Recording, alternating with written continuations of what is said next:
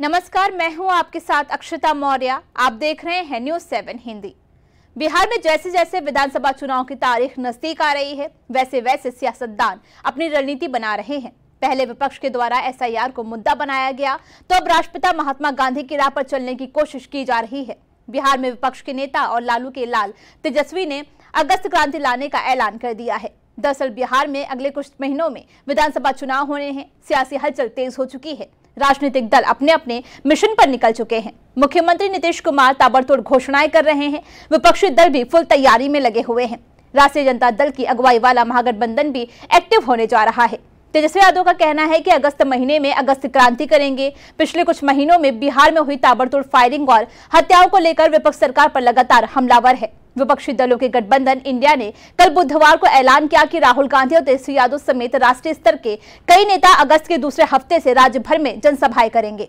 दरअसल विपक्षी दल लंबे समय से सत्ता पर काबिज नीतीश कुमार की सरकार को सत्ता से दूर करना चाहती है। इसके लिए अगस्त से अभियान शुरू करने का फैसला किया गया है। अगस्त का महीना भारत की आजादी के लिए बेहद अहम माना जाता है। आजादी की लड़ाई में महात्मा गांधी की अगुवाई में भारत ने 1942 में अपना सबसे बड़ा आंदोलन अंग्रेजों भारत छोड़ो चलाया था। महात्मा गांधी ने इस आंदोलन की शुरुआत 8 अगस्त से की थी।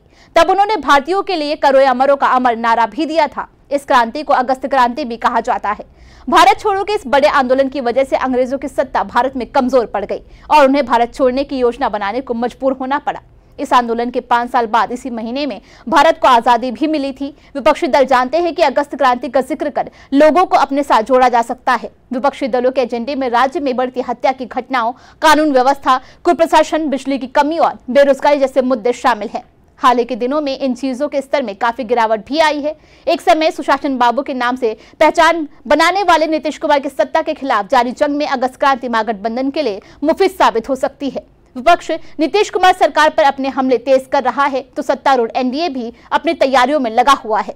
प्रधानमंत्री नरेंद्र मोदी कुछ महीनों के अंदर 6 बार बिहार का दौरा कर चुके हैं। वहीं मुख्यमंत्री नीतीश भी अपनी सरकार को सत्ता विरोधी लहर से बचाने के लिए लगातार नई नई घोषणाएं कर रहे हैं।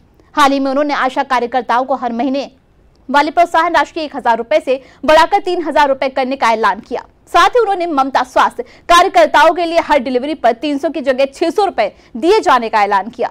यही नहीं, नीतीश ने पिछले दिनों मधुबनी जिले में करीब 650 करोड़ रुपए की विकास परियोजनाएं भी शुरू की। इससे पहले उन्होंने बिहार पत्रकार सम्मान योजना के जरिए रिटायर्ड पत्रकारों की मासिक पेंशन में 9,000 रुपए का इजाफा करने का ऐलान किया।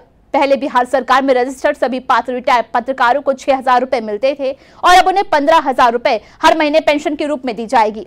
अक्टूबर नवंबर में बिहार में विधानसभा चुनाव होने हैं। सत्ता पक्ष और विपक्ष दोनों ही और चुनावी तैयारी शुरू कर दी गई है। चुनावी रैलियों का दौर भी अब जोर पकड़ने लगा है और अब देखने वाली बात यह होगी कि अगस्त क्रांति का जिक्र कर विपक्षी दल वोटरों को अपने साथ जोड़ पाता है या नहीं। फिर नीतीश अपनी ताबड़तोड़ घोषणाओं और पीएम मोदी के नाम पर वोटरों को रिझा पाएंगे।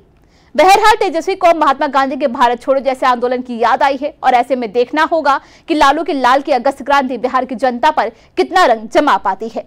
फिलहाल इस खबर में बस इतना ही। बने रहिए न्यूज़ 7 हिंदी के साथ।